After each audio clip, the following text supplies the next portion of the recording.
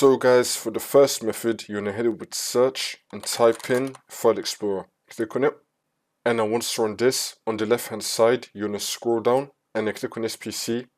Now you want to find the drive that you're having a problem with. Let's say that I'm having a problem with this drive right here. I'm going to right click on it and then click on Properties and then click on Tools and then click on Check and then click on Scan Drive. Wait for this to load.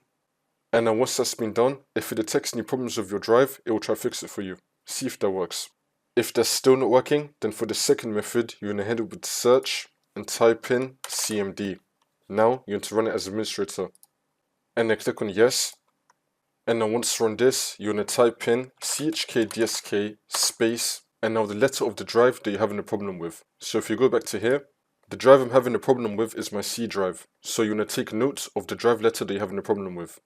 So for me, I'm going to type in CHKDSK space C colon.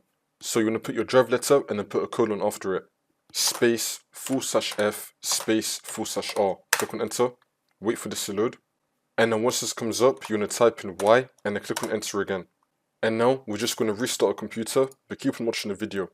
Restart your computer, keep on watching.